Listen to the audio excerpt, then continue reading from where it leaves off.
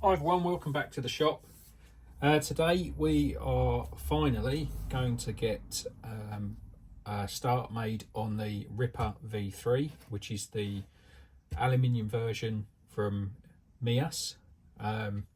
This thing is absolutely stunning.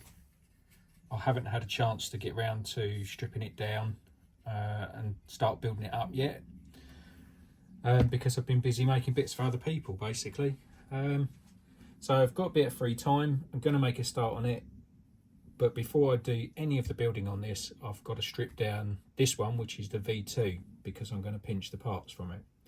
So I've got Meus axles, wheels, I've got a Furitec cedar motor, which is brushless in here as well. I've got Meus links, drive shafts, skid plate, and probably a couple of other bits that I can't think of at the moment. But I need to get this stripped down in order to use the parts for this. So before I do anything else, let's get this stripped apart.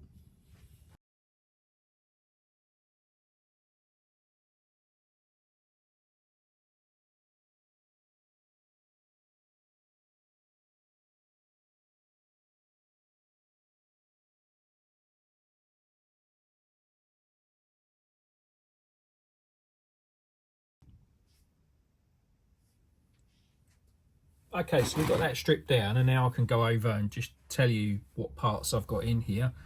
So first of all, I've got the Meus aluminium straight axles. Portals are available, but they do make it wider and they also make it taller. So I just thought it would make it a bit less unstable. So I've stuck with the straight axles for now. We've got the Meus drive shafts, shock absorbers, which I'm going to have a play around with those to try and soften them up a bit again. They're softer than they were, but they're still not quite to my liking, so we'll have a play around with those and get them how we want them. Got the Meus aluminium gearbox and skid, and also comes with a carbon plate to mount all your electrics on, which is nice. Furitec, got the cedar motor and the Python Pro ESC. This is really nice. It's a brushless setup. It's really nice because the speed control, or the ESC, is all one unit. It's all housed in here, so it's nice and compact, and obviously you haven't got a lot of room inside the model. I've got a Spectrum receiver because I use Spectrum radio gear. I went to a model show recently and there was a company called, I think it was Lemon RC, and they do a Spectrum compatible receiver, which is even smaller than this one, so I might look at getting one of those shortly. Got the Meus 8.5 kilo servo as well, and this is also coreless and HV, so you can run this up to, I think it was 8.4 volts, which is really good. I mean, it's quick anyway, but to be able to run it on higher voltage is good.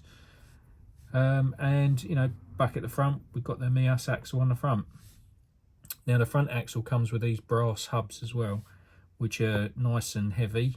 A bit of weight is always good. Don't want too much weight, but a bit of weight is always good.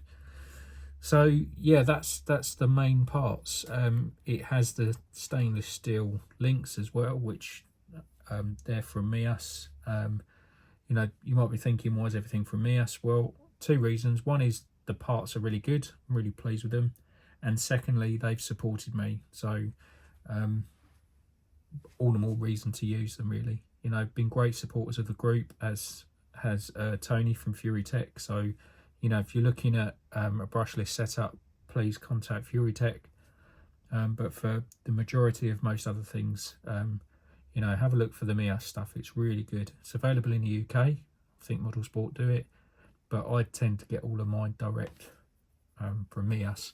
And just to finish it off, these lovely B-block wheels as well, and these are slightly oversized, so these are 1.2 rather than 1.0, which is what it comes with. So this is all apart. I've got to check over a couple of bits, so I'll do that off camera, and then we'll have a look at getting it transplanted into the new setup. So here we are, everyone. I'm going to apologise in advance for not doing much filming during the build, but honestly it is so small and fiddly. All you'll get is me swearing. So what I've done, got it all together, put the accessories on. I did have an issue with one of the light kits, but luckily contacted Meus and they replaced it. That arrived this morning, so that obviously prompted me to get this build finished off. So I think you'll agree, the silver over the orange is looking absolutely incredible. And what I've done is I've put the two lighting systems on two channels as well.